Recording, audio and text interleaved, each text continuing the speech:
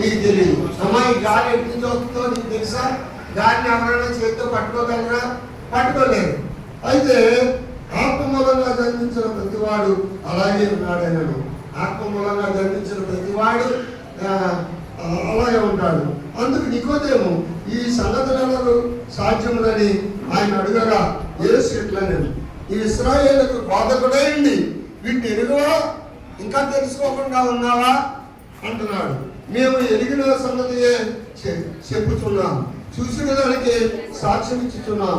మా సాక్ష్యం మీరు అంగీకరించాలని నీతో నిశ్చయముగా చెప్తున్నాను.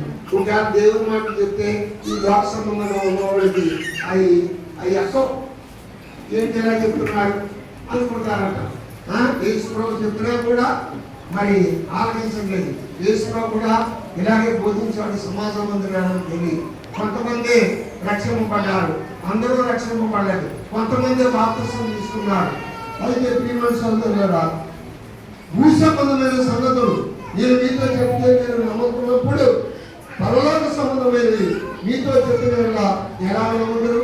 పరలోక సంబంధమైన మర్మాలు చెప్పినా కూడా మీరు నమ్మలేరు అంటున్నాడు యేసు ప్రభు. మరియు పరలోకం నుండి దిగివచ్చి